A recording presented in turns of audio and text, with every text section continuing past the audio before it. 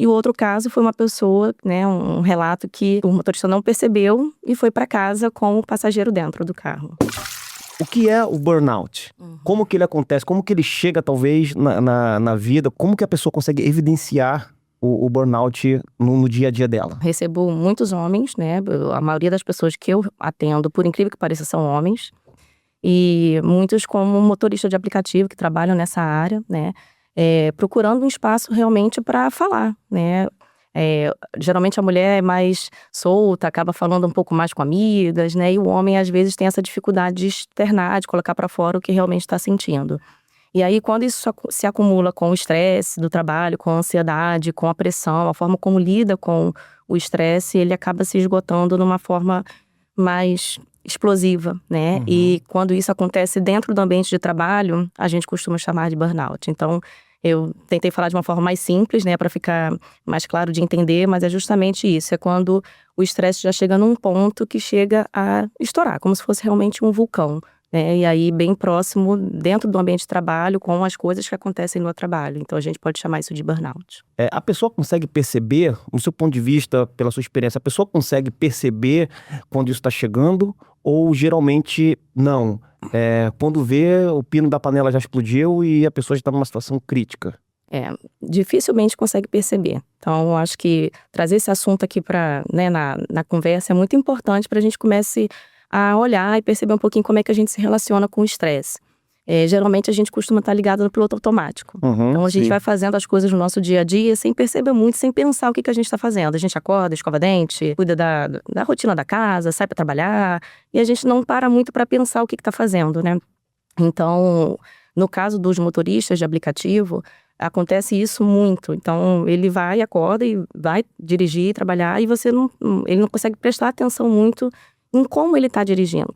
Então, muitos dirigem preocupados, pensando em outras coisas, e aí a atenção que realmente tinha que ser de dirigir acaba não estando ali presente, né?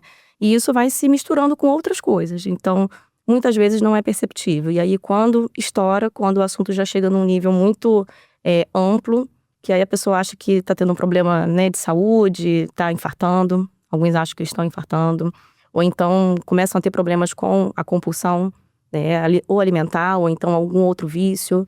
Sono também é uma coisa que interfere bastante a forma como a pessoa tenta descansar, dorme e parece que não descansou o suficiente. Então são alguns pontos que podem ser colocados em atenção, né? A pessoa pode começar a perceber, e aí algumas perguntas ajudam, né? Por exemplo, será que eu ainda estou dirigindo hoje porque eu escolhi? Ou porque a hora foi passando e eu não percebi? Né? O que eu poderia estar fazendo aqui agora? Eu trabalhei a quantidade de horas que eu realmente queria ou não? Caramba, interessante, hein? Bem legal. A gente vai tanto no automático, cara, que a gente acaba não olhando os sinais ao redor, né? Sim. E vai, não para. Pedir para você obrigada, né? repetir essas perguntas, por gentileza. Então vamos doutora. lá, né? A pessoa pode parar um pouquinho e pensar, será que o tempo que eu tô aqui dirigindo é o que eu programei? Então isso é uma coisa bacana. Eu poderia estar fazendo uma outra coisa ou eu escolhi estar dirigindo. Então ter a ciência do escolher e do fazer por fazer, né? Isso é um ponto que é bem importante. Será que qual foi a última vez que eu parei 1 hora para tirar uma refeição, fazer uma refeição, né? Com tempo, com calma, prestar atenção no que eu tô comendo. Será que eu parei para comer, né? Será que eu consegui dormir? Então são perguntas que a pessoa pode fazer que começa a perceber como é que tá a minha saúde dentro da minha dinâmica de trabalho. Geralmente pro motorista de aplicativo é mais complicado parar ali pro almoço, ter aquela hora de qualidade mesmo, né? Pra realmente apreciar a comida ali. É muito comum aquele motorista que leva um almoço, ele tá almoçando, mas o aplicativo tá ligado. Tá ligado. Sim. Exato. Tocou a boa, como é muito conhecida aquela corrida top, né? Que é rentável. O cara, meu irmão, ele larga a comida, fecha, sai pra boca, né? E vai fazer. Então, são pequenos sinais. Eu vi que você falou de alimentação, de uma série de coisas. Descanso. Ele não acontece por acaso. Então, eu chego à conclusão de que o corpo ele começa a dar sinais. Sim. Né?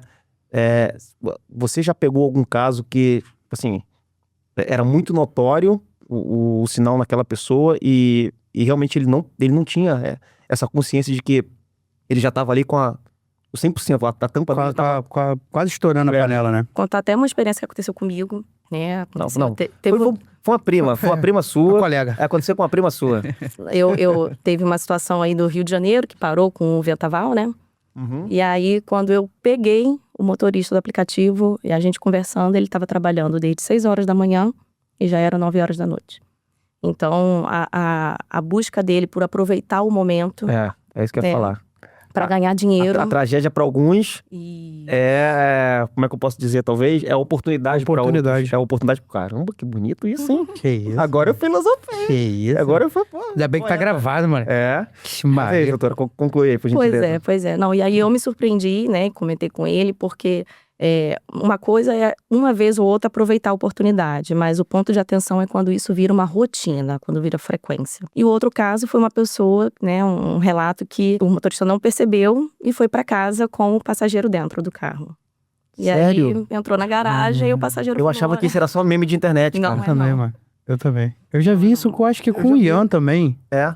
Ele foi pra casa, esqueceu, abriu o portão de... Isso. Foi com o Ian. Verdade. Abriu o portão de casa, colocou, passou, calma. Ai, menina, desculpa, eu esqueci. Acaba Caramba. que vira Sim. um automático, né? Igual a senhora falou. Sim, e entre outros casos também, que teve um caso também que a pessoa começou a passar mal realmente, né, uma pessoa que estava na moto e precisou encostar porque achou que estava tendo um infarto mesmo, na verdade era uma crise de pânico, as buzinas, enfim, já estava num extremo, né, então até o que ele amava fazer, que ele disse que ama fazer aquilo, realmente já estava sendo estressante. E aí você me perguntou da melhora, né? Então, depois que a pessoa começa a entender o que está acontecendo, porque muitos não sabem o que está acontecendo. Então, a gente entra com a psicoeducação, né, explicando o que está sentindo, por que está sentindo, e a pessoa começa, opa, verdade. E o que tem por trás dessa sensação de sufocamento, né, de infarto? Então, estudar o que está sentindo por trás disso, que é o bacana. Esse é mais um corte do podcast Pingado da Semana, o podcast feito pra você, trabalhador por aplicativo. E se você quiser ter acesso ao conteúdo na íntegra, você clica em qualquer lugar aqui na tela do seu aparelho. Em cima. Em cima? Beleza, show de bola. Clica em cima aí e tem acesso ao conteúdo exclusivo. Manda teu recado, Brunão. Esquece não, galera. Curte, comenta, compartilha, envia pra aquele seu amigo lá, ó, que tá precisando. E tamo junto.